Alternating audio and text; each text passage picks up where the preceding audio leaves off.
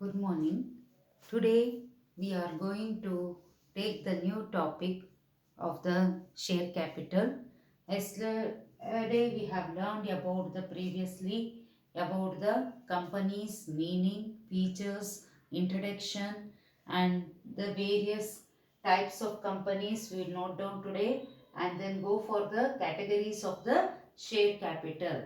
Now in the various kinds of company which you have learned in the 11th standard and in the first PUC. Let us recall the various kinds of companies.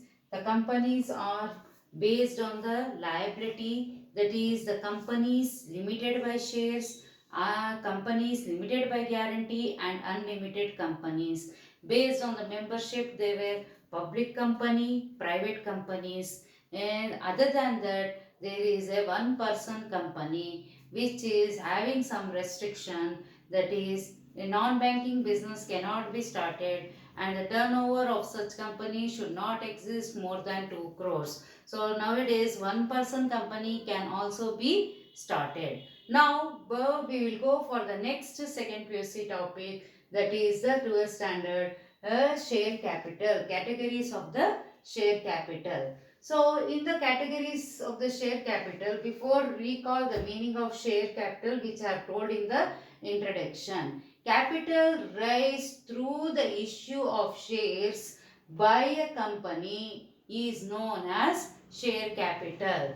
Now we will come for the various categories of the share capital. One is the authorized capital, issued capital, subscribed capital, called up capital, paid up capital, uncalled capital, reserve capital.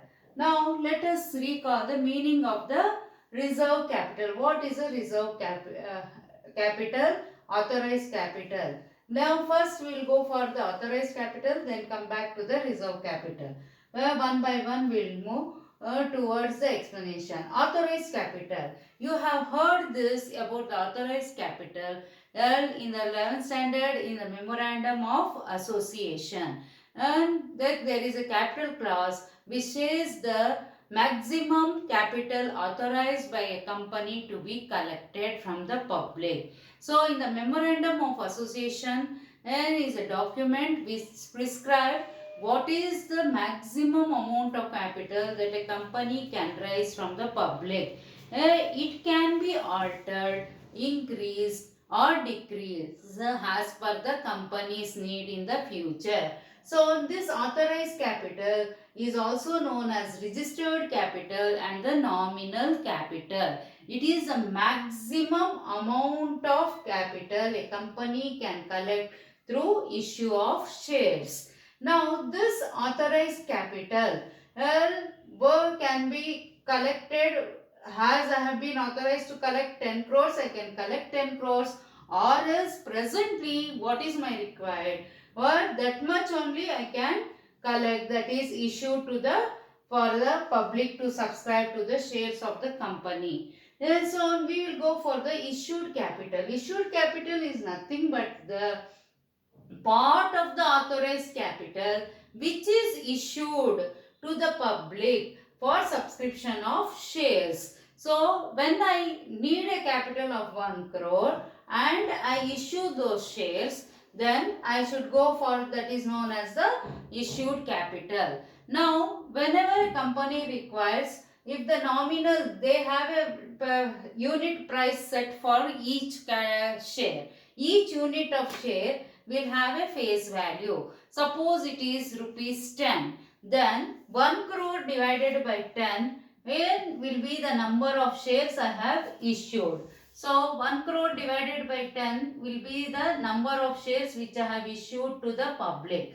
So 1 crore divided by 10, then it will be 10 lakh shares I have issued to the public. So 10 lakh shares I am issuing and collecting. Each share, each unit of share will be face value of rupees 10. So 10 lakhs into 10, 1 crore I can collect it. Now let us, I have issued 10 lakh shares to the public for the to subscribe. Now in response to my prospectus and in the market, their public will subscribe to the my company's share. If I receive full response that all the public is subscribe to my company, then the subscribed capital and issued capital will become the same. That is, I have collected at 10 lakhs shares also people have subscribed for my company. But this 10 rupees I can collect in 2 or 3 installments. So it may be like that this 10 rupees I can divide into 2 or 3 installment. First installment 5, 2, 3. Then public will give me the application 10 lakhs into 5, that is 50 lakhs rupees. Then whenever I call up, another 2 rupees will be given, and again I call up finally, then they will give another 3 rupees. So this money is collected in the installments also. Later on when I come for the issue of shares, I will explain in depth how the installments are collected. Now let us come for the called up capital. Called up capital is the money called up on the shares subscribed by the company. Now called up capital, suppose 5 plus 2. I allot the shares and tell public to pay me the second installment, that is the 2 rupees. So together I have called up is 70 lakhs. So 10 lakhs into 5 first, 10 lakhs into 2 again. So together I have called up 70 lakh rupees. This is from the public to subscribe. Among them, some of the shareholders will pay all the money, or some may default in paying the money. So whenever they default, my paid up capital will not be equal to the called up capital. Suppose everybody pays me the money I have called up, then it will be the same. Called up capital will be equal to the paid up capital. If some of them default, then the paid up capital will be become lesser by the amount defaulted. Suppose one of the shareholder does not pay me about 10,000 into 2 rupees, 20,000 rupees. Then that 20,000 rupees will become cause in arrear and my paid up capital will reduce. From 70 lakhs, I have to reduce the 20,000. So like this, the paid up capital is the amount collected by the company on the shares is issued. Next comes the uncalled capital. Suppose I have not made it the 3 rupees, the final call to be collected. Then that part of the subscribed capital which is not yet called up is known as the uncalled capital. So from the subscribed capital, we arrive at the called up capital and uncalled capital. So called up capital is a part of the capital which the company has called up the shareholders to pay, and this is a part of the share value which has not yet been called up by the company to be paid. Now let us come for the next is the reserve capital. Reserve capital is the capital which the company will never call for the shareholders to pay, that they keep it as a reserve whenever they require during the winding up of company. Due to some losses, the company wind up. Then during that time only they will call that uncalled, that part of the uncalled capital which is kept as a reserve to be called during the winding up of a company is known as the reserve capital. Now this is as I said already, authorized capital is a maximum capital.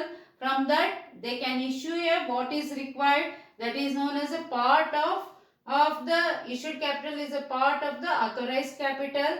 Subscribed capital is the when public will not subscribe equal to the issued capital, then it is subscribed capital will be lesser than the issued capital, then it is known as subscribed capital is a part of the issued capital. Then this subscribed capital, if I call the whole amount of the face value of share, it is known and all of them pays, then it is known as subscribed and fully paid up. If they have not yet called one or two calls, then it is known as subscribed and not fully paid up. So this is our, in short, the diagram representing my explanation. Now let us come for the next topic, how this is analyzed and written in the balance sheet of a company. How this share capital can be written in a balance sheet of the company. So in the balance sheet of the company, we will make the note of how it appears. It is just how it appears in the balance sheet. So now I present this in